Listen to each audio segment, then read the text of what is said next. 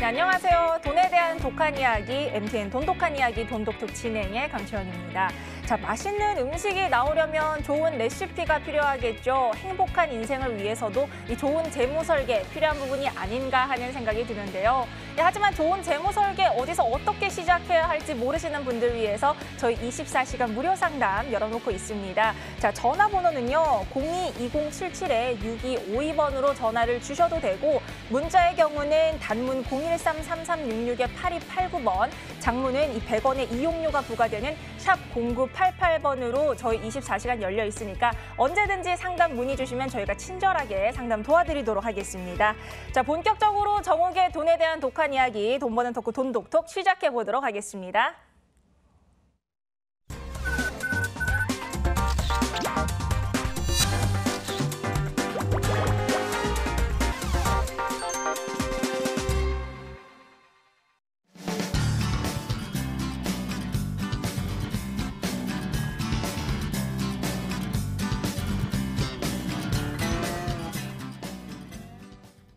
네, 오늘 저희와 함께 돈에 대한 독한 토크 나눠주실 분이죠. 자, 재무 전문가 정옥 소장님 나와 계십니다. 자, 소장님 안녕하세요. 안녕하세요. 네, 반갑습니다. 자, 이번 주도 여전히 더운데요. 자, 오늘 내일이 이 더위가 고비라고 합니다. 이 더운 고비지만 저희가 또 이 이슈는 꼭 알아가야겠다라는 이슈가 또 있겠죠. 오늘 어떤 이슈 들고 오셨나요?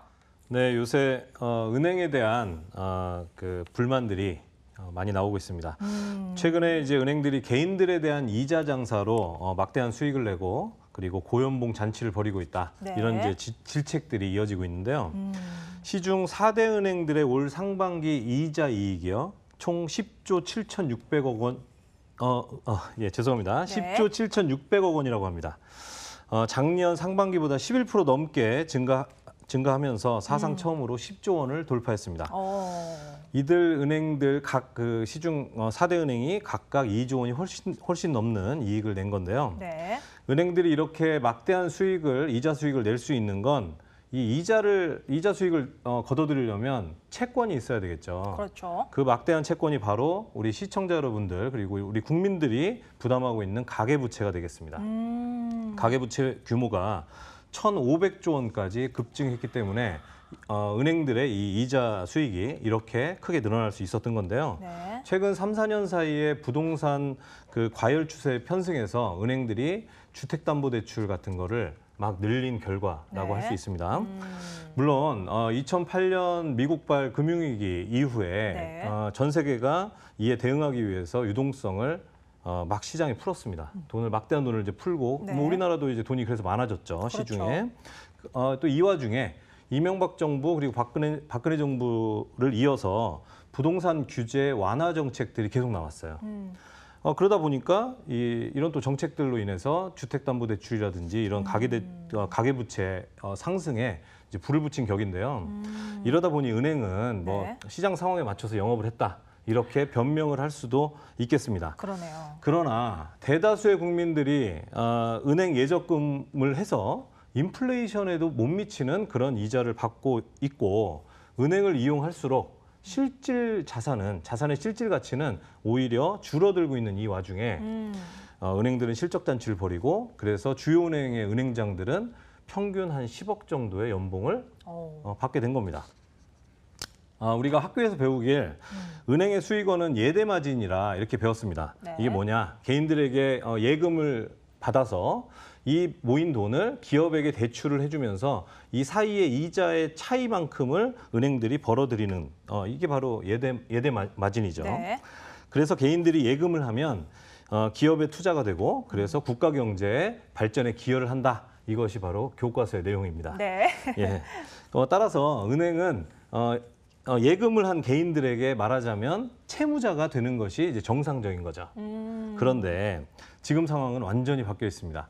우리 국민들이 은행에 예금을 해서 받는 이자보다 네. 대출을 해서 내는 이자가 훨씬 더 많은 상태가 된 거죠. 경제가 선순환한다면 채권자의 위치에 있어야 될 개인들이 은행의 채무자로 전락한 그런 상황이고요. 은행들은 기업에 대출을 해서 국가 경제에 이바지하고 수익을 내는 게 아니라 오히려 가계 대출을 늘려서 네. 이 가계의 가처분 어떤 소득을 줄이고 그래서 소비를 위축시키고 내수 경제를 더 힘들게 하면서 돈을 벌고 있는 셈입니다. 은행의 이자 역시 문제입니다. 사실 개인들이 체감하는 물가 상승률보다 이 이자가 더 적습니다. 예금 이자가 2%인데 만약에 물가 상승률을 4%라고 가정한다면 네. 마이너스 2% 정도 이 예금자는 1년 뒤에 마이너스 2% 정도의 손해를 자산이 쪼그라드는 그런 경험을 하게 되는 겁니다. 안전하다고 은행은 안전하다 생각했지만 사실은 네. 확정적인 손해를 계속 주고 있는 그런 셈이죠. 게다가 우리 국민들 소비자들은 교과서대로 아직 은행을 믿으니까 예적금하러 갔다가 오히려 펀드, 보험 이런 거 가입하고 오는 일이 아주 흔하죠. 그렇죠. 이 역시 이제 은행의 어떤 그 이익 욕망에서 비롯된 거다 이렇게 말할 수 있는데요. 네. 얼마 전에 또 은행에서 대출 이자 조작하고 한 사건이 있었습니다. 있었어요. 그것도 잘 처리가 되고 있는지 알 수가 없습니다. 자, 은행은 주식회사입니다.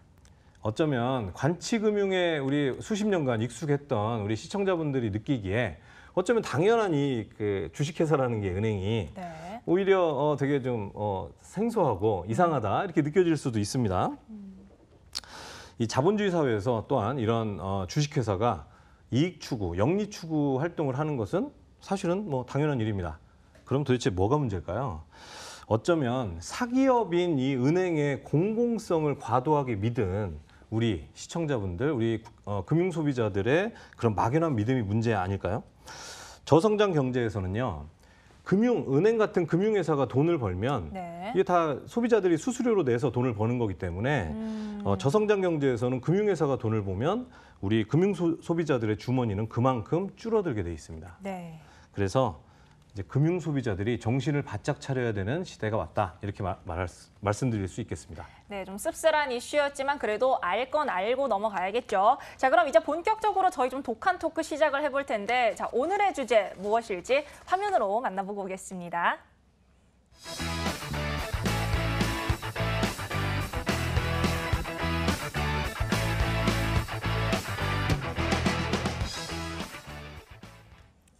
네, 오늘의 주제 우리 집 가난하게 만드는 보험 제5탄 자녀편입니다. 자, 저희가 이게 워낙 반응이 뜨겁다 보니까 이제 5탄까지 나왔어요, 지금. 네네. 지난주에 이어서 이번에도 이 보험 리모델링의 사례를 통해서 어떤 게 좋고 어떤 게 나쁜지 저희가 좀 진단을 해보도록 하겠습니다. 자, 오늘 저희 어떤 분의 사례 살펴보면 될까요? 네, 지난 2번의 방송을 통해서 이게 다 한 가족입니다. 아내와 남편의 보험이 과도하게 보험료를 내고 있고 불필요한 보장들을 갖고 있는 것을 줄여서 네. 보험료를 엄청 낮출 수 있다는 것, 그리고 주요 보장은 오히려 더 늘릴 수 있다는 것을 실제로 보여드렸습니다. 네. 오늘은 화면에서 보시는 그 표의 맨 아래쪽에 있는 우리 첫째 아들, 둘째 아들, 자녀들에 대한 보험을 문제점을 개선하고 리모델링하는 그 사례를 말씀드릴 거고요. 네. 이렇게 오늘도 제가 여러분들의 불필요한 보험료를 낭비되는 것을 줄여드리려고 이렇게 아들들의 사례를 가지고 왔습니다. 네, 좋은 걸 많이 주고 싶고 어쨌든 보장해주고 싶은 부모님의 마음은 알겠지만 사실 이 자녀분의 보험 사례가 굉장히 안 좋은 경우가 많았어요. 그럼 저희 오늘은 정확히 어떤 문제점 짚어주실지 저희가 화면으로 같이 좀 만나보면서 진단을 해보도록 하겠습니다. 네. 네. 20대 초중반에 두 아들을 두고 있는 부부세요. 20대 초중반이니까 네. 사실 아직 독립은 하진 않았으나 둘째 아들이 지금 군대에 가 있고 사실상 이제 곧 그 독립을 할 여러 가지 신체적으로나 정신적으로는 사실 이제 독립을 한 그런 그렇죠. 이제 나이가 되겠죠. 건강하신 두 분. 네네. 네. 자, 지금 이제 화면에서 보시면 각 두 아들이 각각 그 2개씩의 보험을 들고 있습니다. 둘이 똑같이 M생명의 변액 종신보험을 가입하고 있고요. 네. 그리고 큰 아들은 H손해보험의 건강보험, 그리고 둘째 아들은 M화재의 건강보험 이렇게 좀 가입을 하고 있습니다. 패턴은 좀 비슷합니다. 네, 그러네요. 패턴은 비슷하기 때문에 문제도 사실은 비슷합니다. 자, 보험료 합계가 이 네 보험 다 합쳐서 두 아들 다 합쳐서 33만 2,900원입니다. 이게 그렇게 많은 거냐 이렇게 생각할 수도 있습니다. 네. 그런데 만약에 이 보험료가 그렇게 많지 않다라고 생각이 된다면 자녀들 보험료로 그러면 그렇게 생각되시는 분들 가정에 네. 보험료에도 문제가 있는 겁니다. 왜냐하면 뒤에 말씀드리겠지만 네. 이 보험료 이만큼 안 드리고도 이 자녀들에게 필요한 보장을 충분히 가입을 시킬 수가 있거든요. 오. 자, 33만 2,900원의 보험료를 내고 있고 이 보험들의 문제점들을 하나씩 짚어보면 사망보장이 꽤 크게 들어가 있습니다. 첫째는 종신사망 1억, 그리고 둘째는 종신사망 5천만 원이 들어있고 각각 상해사망 1억 5천씩 들어있어요. 적지 않습니다. 그런데 이 자녀들의 사망보험금이 도대체 누굴 위한 걸까요? 누굴 위한 걸까요? 부모들의 사망보험금은요, 아직 독립하지 않은 자녀들을 위해서 가입을 하는 겁니다. 그렇죠. 혹시 내가 어떻게 되더라도 우리 아이의 꿈이 망가지는 일이 없도록 하기 위해서 그렇죠. 사망보험금을 드는 거죠. 네. 그런데 자녀들의 사망보험금은 자녀들이 사망했을 때 그 돈으로 책임질 사람이 없는 거예요. 그러네요. 그러니 자녀들에게 이렇게 과다한 사망보장을 해놓을 이유가 없습니다. 네. 자, 두 번째 또 문제는요. 이 가성비가 나쁜 그런 특약들을 잔뜩 갖고 있습니다. 대표적인 것이 입원 특약, 수술 특약입니다. 네. 앞서 그러니까 부모님들의 사례를 봤을 때도 제가 말씀드렸는데 입원 특약 몇만 원 나옵니다. 하루에 몇만 원. 요새 네. 참 입원도 잘 시키지 않습니다. 병원에 가도 그렇죠. 며칠 시키지도 않는데 네. 입원 특약 몇만 원, 기껏 해봐야 몇십만 원, 200만 원 받을 수 있는 입원 특약들, 그리고 수술 특약 마찬가지로 몇십만 원, 기껏 해봐야 200만 원 받는 그런 수술 특약들이 잔뜩 들어있습니다. 이런 잘 자란 보장들은 만약에 공짜라면 많이 가져가십시오. 근데 우리가 다 보험료를 내야 됩니다. 그렇죠. 돈이 들죠. 예, 평생에 몇 번 입원하고 수술할 일도 별로 없는데 사실 보험료는 매달 내고 있습니다. 그러니 만약에 그 한두 번 있을 그 사고를 대비하고 싶다. 사건을 대비하고 싶더라도 보험으로 대비하는 건 합리적이지 않습니다. 왜냐하면 몇만 원, 몇십만 원, 200만 원 없다고 우리 가정이, 우리 자녀들의 인생이 어떻게 되지 않습니다. 그렇죠. 우리는 보험만으로 미래를 대비하는 게 아니기 때문입니다. 네. 그러니 그런 아주 낮은 어떤 그 가능성의 이런 거를 이 보험을 받으려고 잘 자란 보험금을 받으려고 하지 마시고 아예 보험료를 안 내서 지출을 줄이는 방향으로 하는 게 옳습니다. 네. 그리고 그 밖에 또 없어도 그만인 작은 보장들이 또 잔뜩 들어있어요. 이 아들들. 뭐 예를 들면 뭐 골절 진단, 화상 진단 다 몇십만 원씩이고 뭐 깁스 치료비 몇십만 원, 네. 특정 전염병 진단비 뭐 이런 것도 그냥 뭐 통원했을 때 뭐 몇만 원. 뭐 이 정도예요. 이런 게 필요하냐 이겁니다. 이런 거 없애고 보험료 줄이는 게 맞겠습니다. 네. 네. 네, 저희 계속해서 다음 화면으로 넘어가 보도록 할게요. 네. 자, 그래서 이거를 이제 정리를 하면 이렇습니다. 첫 번째로 과다한 보험료가 심각한 문제가 되겠습니다.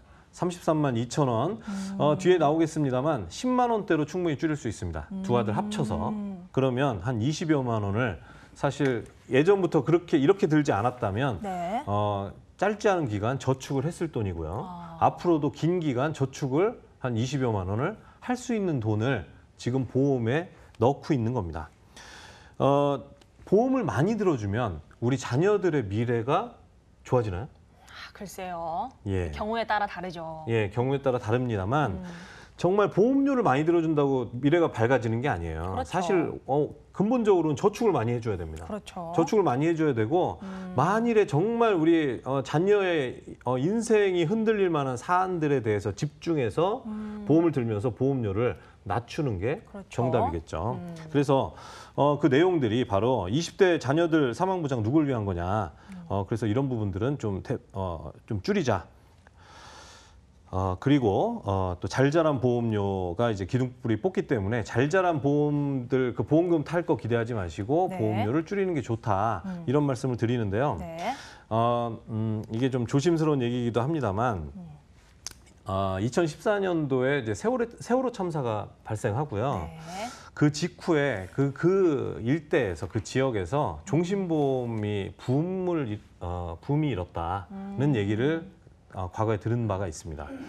근데 이제 이게 사망 사건이 일어났으니까 사람들이 그 사망에 대한 공포가 생기는 건 좀 자연스럽습니다. 그런데 네. 그때 이제 종신보험 가입시킨 그 대상자가 누구냐면 그 피해자들, 고등학생들의 형제자매들. 그런 또래들에게 자녀들에게 종신보험을 잔뜩 가입을 시켰다는 거예요.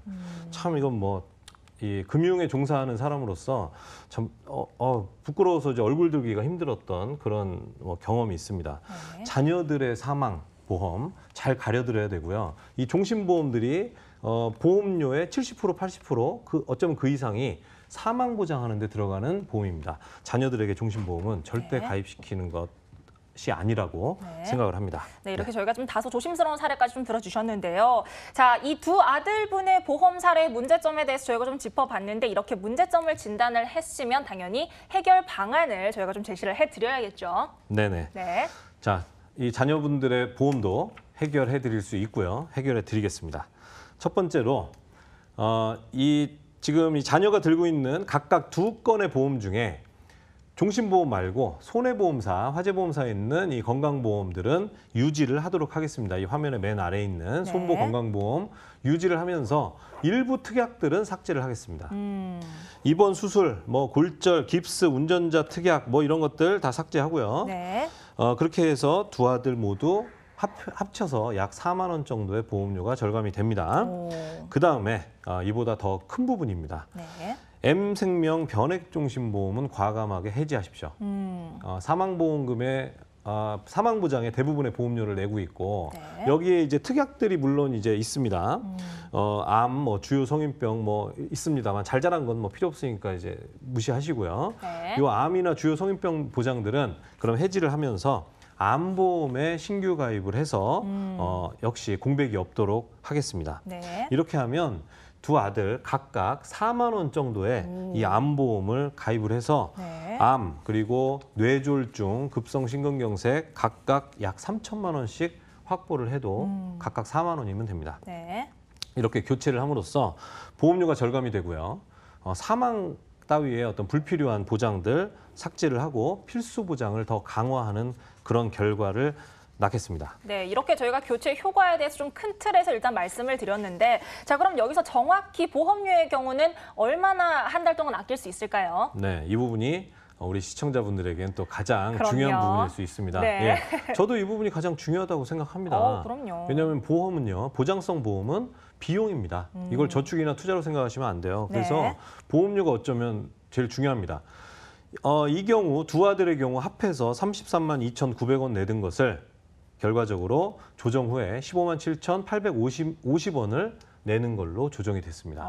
17만 5,050원이 절약이 됐죠. 네. 예, 적은 돈 아니죠? 큰 돈이죠. 예, 매달 이렇게 되면 네. 연간 200만 원 이상 절약을 할 수 있고 10년이면 2천만 원 그리고 20년이면 4천만 원이나 모을 수 있는 돈이에요. 그럼요. 4천만 원이면 우리 아들들 독립시키거나 결혼시키는데 충분한 돈은 아닐지어도 꽤 의미 있는 종잣돈이 됩니다. 그럼요. 가계 지출에선 정말 10만 원, 20만 원이 사실 굉장히 큰 돈이거든요. 네네. 그래서 그런 돈을 아껴주는 식으로 이렇게 방안을 좀 제시를 해주셨는데 네네. 자, 그러면 저희가 이렇게 17만 원이나 절감시켜 주셨는데 보험료는 이렇게 낮추고 필수 보장은 좀 더 강화해 주시는 방안 마지막으로 저희가 한 번 더 좀 정리를 해볼까요?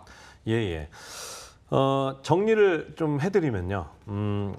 두 아들 사실 이제 보장은 비슷합니다. 보험료만 차이가 있으니까 각각 한 명씩의 보장이다 이렇게 생각하시면 됩니다. 합쳐서가 아니고요. 네. 자, 큰아들, 작은아들 25세, 22세인데요. 보험료는 합쳐서 15만 7,850원이고 사망은 상해 사망 1억 5천씩만 남기겠습니다. 이 상해 사망은 제 지난 시간에도 말씀드렸지만 질병 사망과는 그 결과가 남아있을 사람에게 끼치는 영향이 상당히 좀 차이가 있습니다. 그럼요. 질병 사망은 준비가 되는 사망이에요. 그래서 물론 이제 질병 사망이 그 아픔과 많은 비용을 들긴 합니다만 상해 사망은 어떤 거냐면 네. 이 피보험자가 상해로 사망을 해요. 어떤 사고로 사망을 하는데 하필 피보험자가 가해자로 사망하는 경우가 생길 수 있습니다. 운전이 됐든 뭐가 됐든. 네. 그 경우에 가해자로 사망을 하면 그 가해자로서의 배상 책임이 유족들에게 남겠죠. 예, 그렇죠. 이 부분을 상해 사망으로 충당을 할 수 있게 됩니다. 그래도 어쨌든 질병 사망보다 확률은 상당히 낮고요. 그럼요. 낮기 때문에 보험료는 매우 저렴하게 부담이 됩니다. 자, 그다음에 네. 종신 사망 이런 거 다 뺐습니다. 쓸데없는 거. 네. 그리고 암 진단비는 결과적으로 그래서 5천만 원까지 늘렸고요. 그리고 이대성인병. 이대성인병인데 좀 더 이제 세분화시키면 뇌경색에 3천만 원, 뇌출혈에 5천만 원, 급성 심근경색에 5천만 원까지 보장하도록 보장을 늘렸고 이 밖에 주요 보장으로서 중대질병류 진단비 그리고 수술비 이런 것들에 각각 1,000에서 한 3천만 원까지 보장을 받도록 기존에 없던 걸 더 강화를 했고요. 네. 그리고 가족 일상 배상 책임 특약을 넣어서 이건 1억 원 한도로 보상을 하는데요. 이거는 이 피보험자 아들뿐만 아니라 동거 가족까지도 이제 혜택이 되는 건데 네. 일상생활 중에 누군가에게 피해를 끼쳐서 배상을 해줘야 될 경우 그 배상액을 1억 원 한도로 대신 보험이 배상을 해주는 이런 네. 특약까지 넣어서 완성을 했습니다. 아까 제가 이제 보험료 절감되는 부분에 대해서 말씀을 드렸는데 네. 사실 그게 제일 중요하다고 저는 말씀드렸어요. 근데 여러분들 시청자분들이 만나게 되는 보험 설계사들, 보험을 판매하시는 분들을 한번 상기해 보시면 그분들은 아마도 많은 분들이 보험료에 대한 얘기는 상담하는 동안 거의 안 합니다. 안 하시죠? 네. 네. 위험을 얘기하고 그 공포를 부각시키고 얼마나 보장이 좋아지는지, 깨알같이 많은지, 그렇죠. 특약수가 많은지, 왜 이게 필요한지. 네, 거기에 집중을 합니다. 이게 일종의 프레임 싸움이에요. 그 프레임에 갇혀버리면 다른 게 잘 안 보이죠. 네. 그래서 가입할 때 마지막에 보험료 얘기는 물론 나옵니다만 앞에서 이 공포와 이게 왜 필요한지에 충분히 후끈하게 이제 달아오른 상태에서는 이 보험료가 네.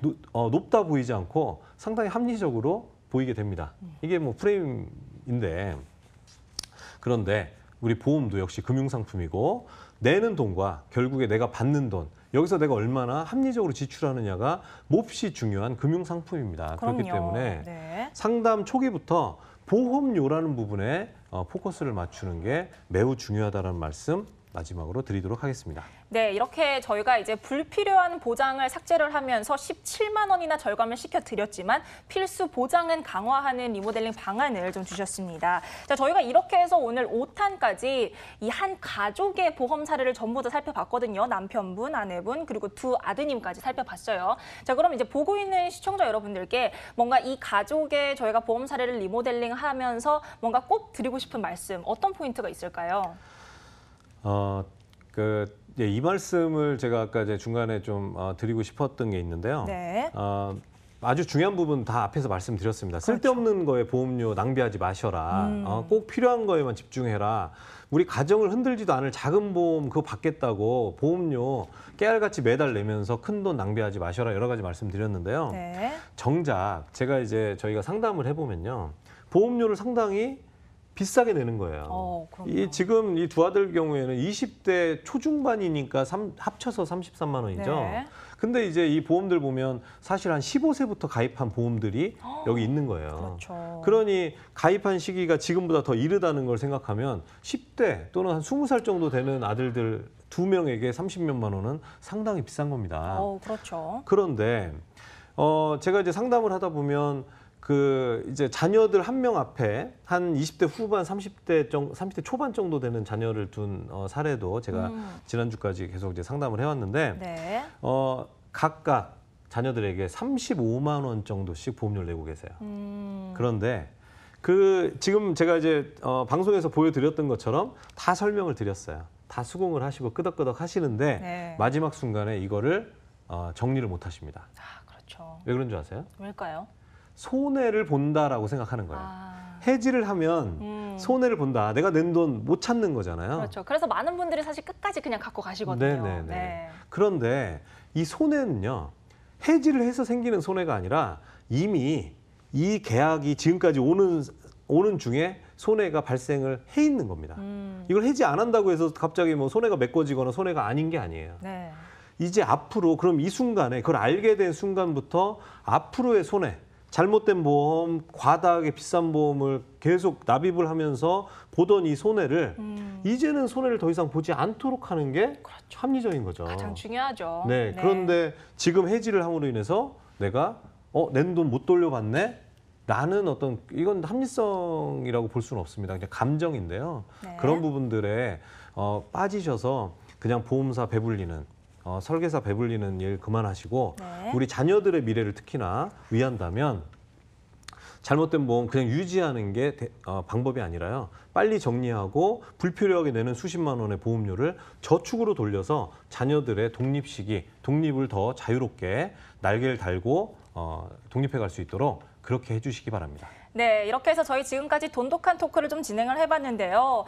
보시고 계신 시청자분들, 내가 들어준 자녀 보험은 괜찮은 건가 궁금하신 분들 저희 화면으로 지금 전화번호 나가고 있습니다. 02-2077-6252번으로 전화 주셔도 되고요. 문자 013-3366-8289번 혹은 건당 100원의 이용료가 부과되는 샵 0988번 언제든지 열려 있으니까 상담 문의 주시면 되겠습니다. 자, 저희 지금부터는요, 계속해서 정옥 소장님과 함께 내돈 사용 설명서로 돌아오도록 하겠습니다.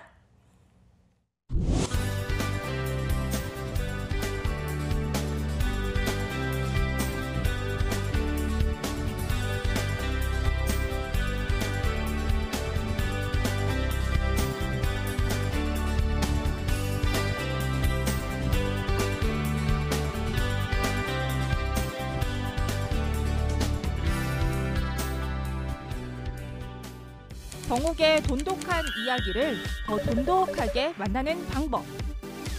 스텝 1. 모바일을 통한 참여 방법.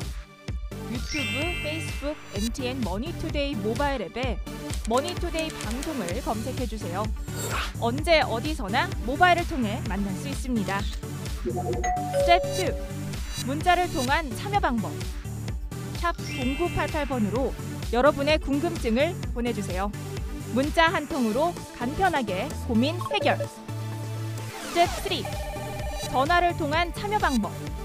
1대1로 자세하게 무료 상담 받고 싶다면 02-2077-6252번으로 지금 바로 상담 받으세요. 당신의 돈을 안전하게 지켜드립니다. 지금 바로 전화 주세요.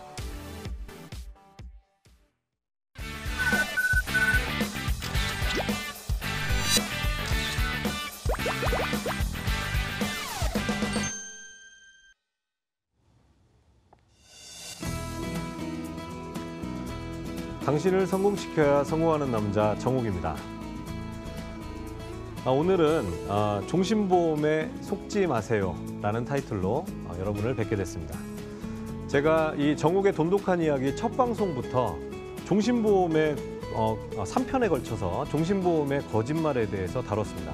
이 종신보험 상품이 갖고 있는 한계점과 문제들, 그리고 판매 현장에서 벌어지는 이 종신보험의 그 수많은 거짓말들에 대해서 다뤘는데요. 아직도 할 얘기가 많이 남아 있습니다. I'm still hungry. 저는 아직도 배가 고픈데요. 우리 시청자분들 어느 한 분이라도 종신보험의 거짓말에 피해를 입지 않는 그날까지, 그 종신보험으로 인해서 돈을 낭비하지 않는 그날까지 제가 종신보험의 거짓말을 계속 밝히도록 할 건데요. 오늘은 특별히 종신보험의 추가 납입에 얽힌 새롭게 밝혀진 거짓말들을 공개하고 그 문제점들 밝히려 합니다. 그래서 끝까지 들어주셨으면 좋겠습니다. 자, 제가 이전 편들에서 종신보험의 거짓말들을 다루면서 특히나 최근에 종신보험을 마치 저축인 것처럼 판매하는 그러한 어떤 그 판매 기법이 아주 횡행하고 있다. 도처에서 아주 흔히 볼 수 있다는 부분을 지적하면서 종신보험이 저축이 될 수 없음을 제가 말씀드린 바가 있습니다. 자, 그 부분 다시 한번 짚고 넘어가겠는데요. 20년 동안 납입하는 종신보험에 100만 원씩 저축한 결과를 복리적금 저축에 비교를 해봤습니다. 2.5%의 복리적금식과 식에서부터 쭉 내려와서 1%를 적용하는 복리적금에 비교를 해도 20년간 납입을 한 이 종신보험의 저축 효과가 더 떨어집니다. 원금에도 이르지 못합니다. 1%짜리 복리적금에도 이르지 못하고 있네요. 이게 왜 그러냐면 종신보험은 이게 원래 보장성 보험이기 때문에요. 사업비가 상당히 높습니다. 사업비와 이 사망보장을 하기 위한 위험보험료를 합해서 40%를 많게는 40% 넘고 50% 육박하는 그런 계약들까지 있습니다. 이게 특약 없이 주계약만을 가입했을 때 말씀을 이렇게 드리는 건데요. 실은 이게 특약을 넣으면 사실 이 저축되는 돈은 납입한 돈의 절반에도 한참 미치지 못하게 되겠죠. 이렇게 떼는 돈이 많으니 여기에 무슨 이자를 주고 어떻게 하더라도 이게 저축으로서 의미를 가질 수가 없는 겁니다. 자, 그러다 보니 종신보험을 팔아서 보험사건, 판매자건 돈은 많이 벌고 싶은데 고객들이 우리 가입자들이 바보가 아니니까 이게 도대체 납입을 다 하고 나도 겨우 원금이 될까 말까 한 게 무슨 저축이냐 이런 저항들이 있다 보니까 추가 납입을 해서 어떤 그 저축 효과를 늘리는 것을 안내하는 어떤 그 세일즈 기법들이 발달하기 시작했습니다. 그런데 이 다음 표에 보시면 이 추가 납입을 했을 경우 지금 이제 나오고 있는데요. 아까 종신보험으로 그냥 쭉 20년을 납입했을 때에다가 맨 아랫줄에 이번에는 그냥 이 기본보험료로 100만 원 다 내는 게 아니라 기본보험료 50만 원, 추가 납입을 또 50만 원을 해서 추가 납입을 좀 더 섞었을 때 어떤 저축 효과가 좀 더 있다라는 거를 판매 기법으로 많이 설명을 좀 하고 있습니다. 그런데 여전히 복리적금 1% 정도밖에 안 되는 효과를 보이고 있습니다. 원금이 살짝 넘습니다. 20년이 지났는데. 자, 이것이 어떻게 의미 있는 어떤 저축이라고 말할 수 있겠습니까? 문제는 추가 납입이라는 것이 꾸준히 되기도 사실 어렵다는 겁니다. 어쨌든 추가 납입이 꾸준히 된다 하더라도 이렇게 별 의미 있는 효과를 내지 못하는데, 자, 20년 뒤에 원금 근처에 갔습니다. 그러면 원금 근처에 갔으니 그나마 다행일까요? 문제는 20년 동안 돈의 가치가 한참 떨어져 있다는 것을 우리가 간과하면 안 되겠습니다. 이 판매자들이 종신보험을 판매를 하면서 이 저축 효과를 얘기하면서 화폐 가치 하락을 얘기 안 하기 때문에 우리 그 가입자들이 또 그만큼 손해를 보는 건데요. 자, 우리가 화폐 가치가 얼마나 빠른 속도로 떨어지는지를 계산하는 방식으로 어떤 그런 그 공식으로 제가 70의 법칙을 여러 차례 말씀드린 적이 있습니다. 72를 여러분들이 예상하는 물가 상승률로 나눠주면 나오는 숫자가 우리 돈의 가치가 절반으로 떨어지는 데 걸리는 시간입니다. 물가 상승률을 3.6%로 가정을 해서 72를 나눠주면 40이 나오죠. 20이 나오죠. 죄송합니다. 바로 이 20이라는 게 20년이 지나면 우리 돈의 가치가 절반으로 떨어진다는 의미가 되겠습니다.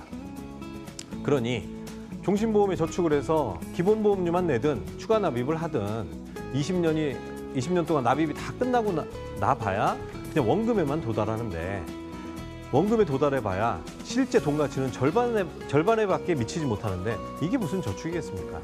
그런데도 열심히 지금 바깥에서는 우리 시청자분들에게 그 근처에서 종신보험을 저축이라고 파는 그런 잘못된 판매들이 아주 빈번하게 벌어지고 있습니다.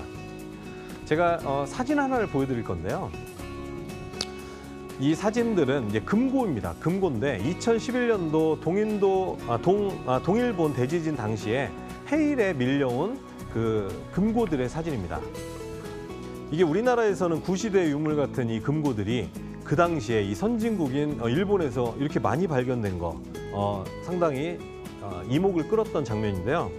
이게 바로 일본의 제로금리 때문에 그렇습니다. 금융의 조건의 어떤 죄송합니다. 금융의 존재 이유가 뭐겠습니까? 바로 물가 상승에 대응하기 위한 충분한 이자, 그런 수익을 얻을 수 있게끔 하는 게 금융의 존재 이유일 겁니다. 그런데 일본은 지금 은행에서 제로금리를 주는 그런 상황입니다. 그러다 보니 은행이라는 금융회사가 필요 없다. 그냥 금고에 돈을 넣어놓겠다. 이런 일들이 벌어지고 있는 겁니다. 자, 이렇게 종신보험이 저축이라 할 수 없다는 점 다시 한번 확인시켜드리고, 이제부터 오늘 제가 말씀드리려고 했던 추가 납입의 거짓말에 대한 얘기를 들려드리도록 하겠습니다. 그동안 종신보험의 보완제로서 추가 납입을 해라, 이런 식의 어떤 거짓말을 많이 해왔다라는 얘기 바로 말씀드렸습니다. 그런데 이 종신보험에만 거짓말이 잔뜩 있는 게 아니었고, 이 추가 납입 자체에도 심각한 거짓말이 숨겨져 있었습니다. 자, 종신보험 약관에 보면요, 추가 납입 보험료를 이렇게 규정하고 있습니다. 기본보험료 총액을 초과하여 추가로 내는 보험료라고 규정을 하고 있습니다. 이 규정이 심각한 문제를 만들 수가 있습니다. 이게 무슨 뜻이냐면 기본 보험료는 여러분들이 가입할 때 처음에 정한 월납보험료를 기본보험료라고 합니다. 근데 기본보험료 총액이라고 했습니다. 이 총액은 납입기간 동안 낼 그 기본보험료 전체 합을 얘기하는 거죠. 그런데 이 전체 합을 초과했을 때 초과 납입으로 인정을 하겠다라는 규정입니다. 여러분들이 지금까지 알고 있었던 추가 납입과 좀 느낌이 다릅니다. 자, 사례로 제가 좀 더 이해하기 쉽게 설명을 해드리겠습니다. 자, 40세 남성으로 예시를 들겠습니다. 40세 남자 피보험자고요. 사망보험금이 1억 원입니다.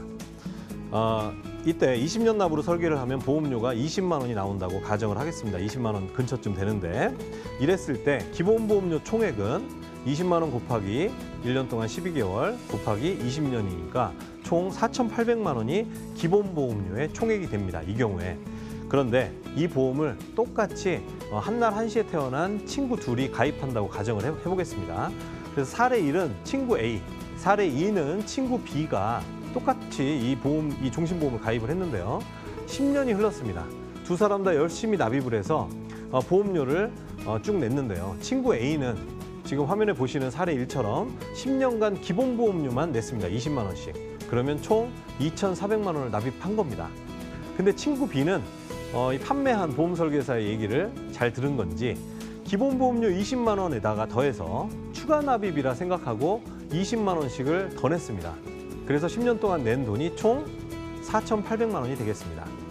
자, 친구 B는 친구 A보다 배를 더 냈습니다. 추가 납입을 했으니 뭔가 더 적립이 되고 무슨 일이 더 벌어지고 있을 거다라고 기대를 했는데 자, 안타깝게도 가정입니다만 안타깝게도 이 친구 둘이 같은 날 사망을 하게 됐습니다.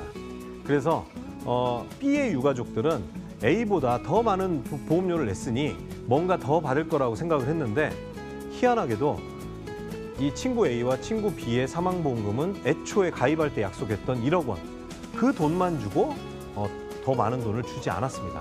이게 어떻게 된 걸까요? 제가 앞에서 추가 납입 보험료란 건 사실은 기본보험료 총액을 초과해서 더 낸 것을 추가 납입이라 한다라고 약관에 규정돼 있다라고 했습니다. 친구 B가 냈던 이 추가 납입 월 20만 원씩 추가 납입한 것은 사실은 그렇게 해봐야 여전히 기본보험료 납입한 것과 합쳐서 기본보험료의 총합인 4,800을 못 넘었죠. 그러다 보니 이게 추가 납입으로 인정이 안 되고 기본보험료 앞으로 내야 될 것을 마치 땡겨서 낸 것처럼 인정이 된 겁니다. 사망보험금 1억 원을 주기 위해서 고객이 냈어야 될, 친구 B가 냈어야 될 그 보험료를 그냥 앞당겨서 받은 걸로 취급을 한 거죠. 자, 이게 지금 약관에 규정돼 있는 대로 제가 설명을 해드린 겁니다. 그러면 이렇게 생각하실 수도 있죠. 아예 그렇게 아무렴 그렇게 하겠어라고 하실 수 있지만 최근에 생명보험사의 즉시연금 미지급금 논란이 시끄럽습니다. 고객들은 즉시연금 1억 원을 가입했을 때 그 1억 원에서 나오는 이자를 지급받을 줄 알았으나 보험사는 당연히 사업비를 떼고 남은 돈의 이자를 지급했습니다. 그래서 고객들은 약관이나 어디에도 그게 설명이 안 돼 있었기 때문에 그 미지급금을 내라라고 민원을 제기했으나 삼성생명에서는 이사회까지 개최해서 그럴 의무가 없다, 지급하지 않겠다라고 해서 원래 미지급된 돈의 약 10분의 1 정도만 지급하는 걸로 했습니다. 이게 좀 문제가 되고 있습니다. 삼성생명에서 얘기하는 건 약관대로 하겠다는 겁니다. 그러니 지금 추가 납입하셔봐야 나중에 돌려받지 못하는 것 역시 약관대로 될 가능성이 큽니다. 열심히 저축 효과 늘리겠다고 추가 납입한 거 나중에 한 푼도 못 받을 가능성이 있습니다. 주의하셔야 되겠습니다. 또 종신보험에 감춰진 또 거짓말이 하나 더 있는데요. 수수료를 종신보험을 납입할 때 수수료를 또 뗍니다. 지금 이제 화면에 보시는 것처럼 최대 3%의 수수료를 떼는데요. 이 부분 역시 설명이 잘 되지가 않습니다. 왜냐하면 종신보험은 사업비를 설명할 의무가 없기 때문에 그렇습니다. 왜 그런지 모르겠습니다.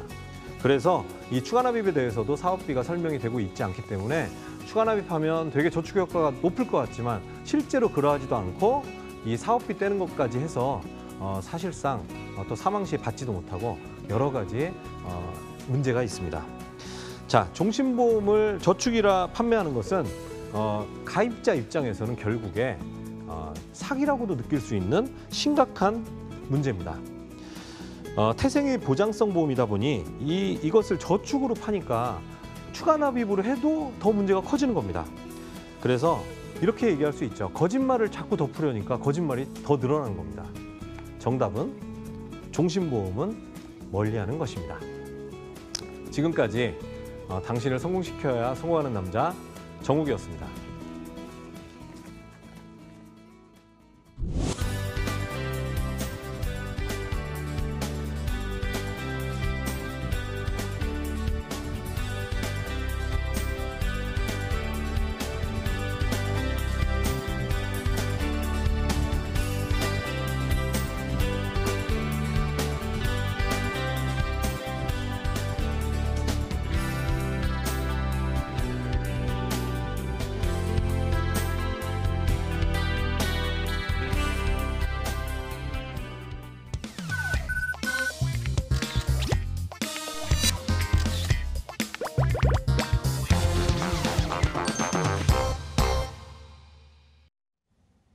네, 정옥의 돈에 대한 독한 이야기, 돈독한 이야기 함께하고 계십니다. 네, 저희 24시간 무료 상담 열어놓고 있는 거 아시죠? 전화번호 02-2077-6252번으로 전화를 주셔도 되고요. 문자 경우는 단문 013-3366-8289번, 긴 문자는 건당 100원의 이용료가 부과되는 샵 0988번으로 저희 열려 있으니까요. 언제든지 문의 주시면 저희가 친절하게 상담 도와드릴게요.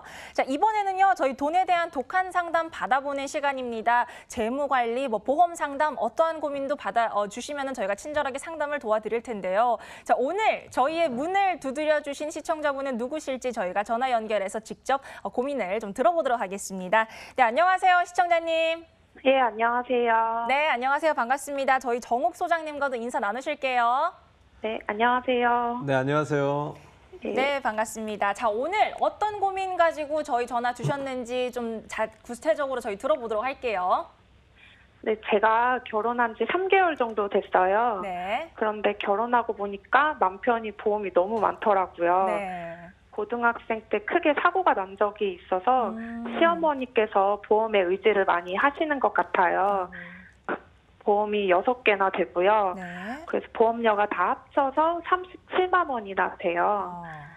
그래서 이 중 한 건만 어머니가 계속 내시고 6개는 저희한테 다 넘어왔거든요. 네. 신혼살림 이제 차렸으니까 저희 보험료 저희가 내는 게 당연하지만 금액도 너무 부담되고 이게 다 필요한 건지도 모르겠어요.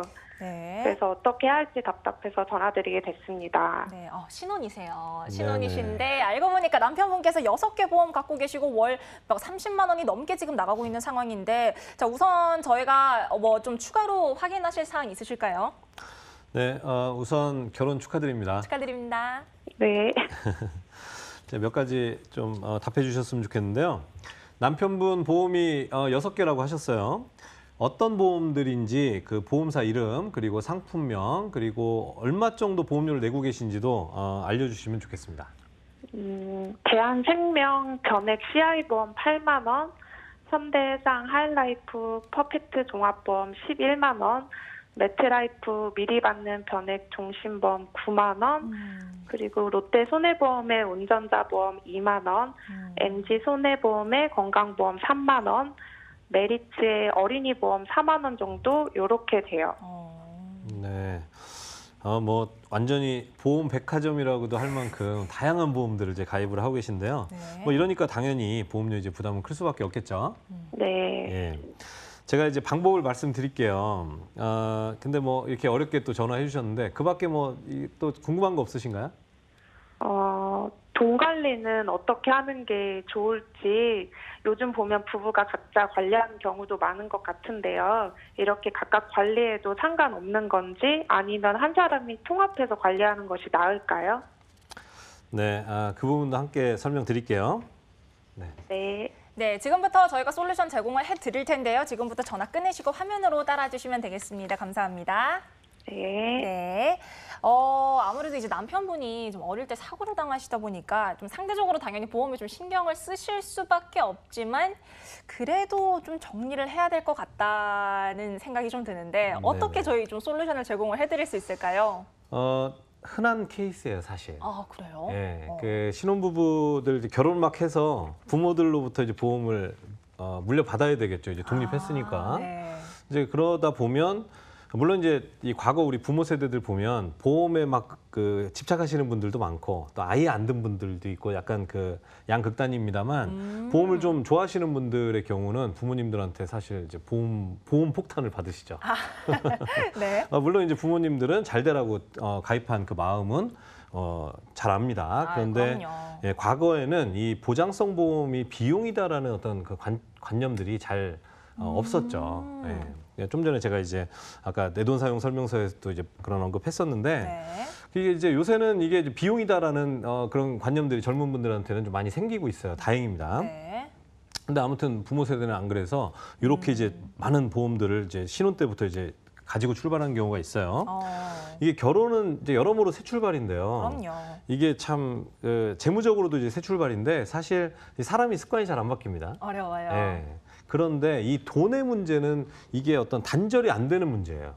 예. 뭐 내가 뭐 이제 뭐 난 단절하겠어 하면 이제 돈의 문제가 단절되는 문제가 잘 아니기 때문에 그렇죠. 습관 바꾸기 더 어려운데 결혼은 제 생각에는 이 재무적인 습관을 바꿀 수 있는 유일하고 마지막 기회라고 저는 봅니다. 오, 유일하고 마지막 기회. 제가 예. 결혼 안 해봐서 모르겠어요. 예, 이거 외에는 습관 바뀌고 참 쉽진 않아요. 어떻게 보면 좋은 기회네요. 그렇죠. 예, 그래서 요거를 이제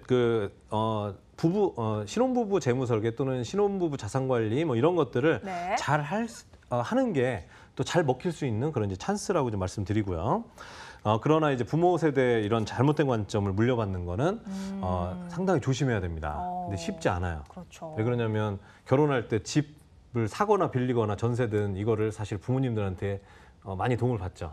아무래도. 예, 그러다 보니 신혼생활의 지분을 부모님들이 많이 갖고 있는 거예요. 출자를 많이 했으니까. 그렇죠. 그러니 사실 우리 이 결혼 생활을 하는 당사자들이 온전히 자기들 생각만으로 하기가 사실 좀 어려운 부분이 있습니다. 그래서 이런 보험들도 잘 우리가 정말 올바른 관점 가지고 잘 합심해서 계획을 세우고 좀 대처를 할 필요가 있어요. 자, 이제 보험 말씀드리면 네. 심각하게 과합니다. 아, 예, 심각하게 과하고 이게 지금 이제 신혼이라고 하셨고 지금까지 어머니가 내셨다는 걸로 봐서는 나이가 그렇게 많은 분 아니에요. 네. 예, 많아봐야 한 30대 중후반이실 걸로 보입니다. 그러면 보험료 대체로 많아봐야 넉넉하게 들어도 한 15만 원이면 충분하다 이렇게 말씀드릴 수 있어요. 오. 예, 10만 원에서 15만 원이면 될 텐데 네. 지금 아까 37만 원이라고 하셨어요. 그러니까 20만 원이 넘는 돈을 더 저축을 할 수 있다는 거죠. 그래서 이 부모님이 만약에 처음부터 이제 좀 더 합리적으로 선택을 하셨다면 이 지금 이제 신랑분이 네. 이 결혼할 때 좀 더 많은 자산을 가지고 예, 결혼을 하고 이제 새 출발을 할 수 있지 않았을까라는 이제 그런 말씀드리고 아까도 말씀드렸지만 지금 이제 과하기 때문에 그러면 어떡하겠습니까? 정리하는 게 뭐 일부는 또 리모델링하면서 새로 들 수는 있겠습니다만 기본적으로 해지를 또 하는 과정이 필수예요. 그때 손해다라는 감정은 좀 버리시고요. 합리적으로 판단하시기 바라고 부모님의 그 해지하면 손해다라는 이거를 잘 이겨내시길 바랍니다. 아무래도 좀 뿌리 깊게 박혀 있는 그런 관념이기는 해요, 네, 사실. 네네. 네. 예. 그래서 이제 두 분이 살아갈 인생이기 때문에 그런 부분들 가지고 잘 설득을 하셔야 되겠고요. 보험증권들 제가 자세히 이제 분석해봐야 이제 정확하겠습니다만 네. 보유하고 계신 부분에서 CI 보험, 종신보험, 운전자 보험 이건 당장 해지하시는 게 좋겠고요. 나중에 이제 뭐 2세 갖게 돼서 사망보험 필요하다 하더라도 그때 가서 정기보험 들면 됩니다. 보험료가 엄청 쌉니다. 네. 그러니까 크게는 한 10분의 1, 뭐 한 5분의 1 이상 종신보험보다 저렴하기 때문에 그 정도면 되겠고요. 돈 관리는요. 네. 당연히 통합 관리하는 게 좋습니다. 예. 각자 관리하면 그만큼 새는 구멍이 더 많아지고 이 어떤 저축 투자를 한다 할 때도 각자 하게 되면 효율성 떨어집니다. 네. 예. 금융상품들도 개수가 늘어날수록 관리는 더 안 된다 이렇게 보시면 돼요. 네. 그래서 통합해서 한 사람이 관리하는 게 절대적으로 좋다 이런 말씀 드리고 네. 시간 관계상 뭐 이제 더 말씀드릴 게 없는데요. 추가로 전화 드리고 더 설명드리도록 하겠습니다. 네, 이렇게 소장님께서 주신 솔루션 꼭 유념하셔서요. 바꾸시길 바랄게요. 자, 정욱의 돈독한 이야기 아쉽지만 오늘 저희가 준비한 시간 여기까지입니다. 하지만 방송 끝나도 저희 24시간 무료 상담 열려 있는 거 아시죠? 화면으로 전화번호 나가 있으니까 많은 참여 부탁드립니다. 자, 그럼 저희는 다음 주 화요일 오후 6시 30분 이 시간에 찾아뵙겠습니다. 시청해주신 여러분 고맙습니다.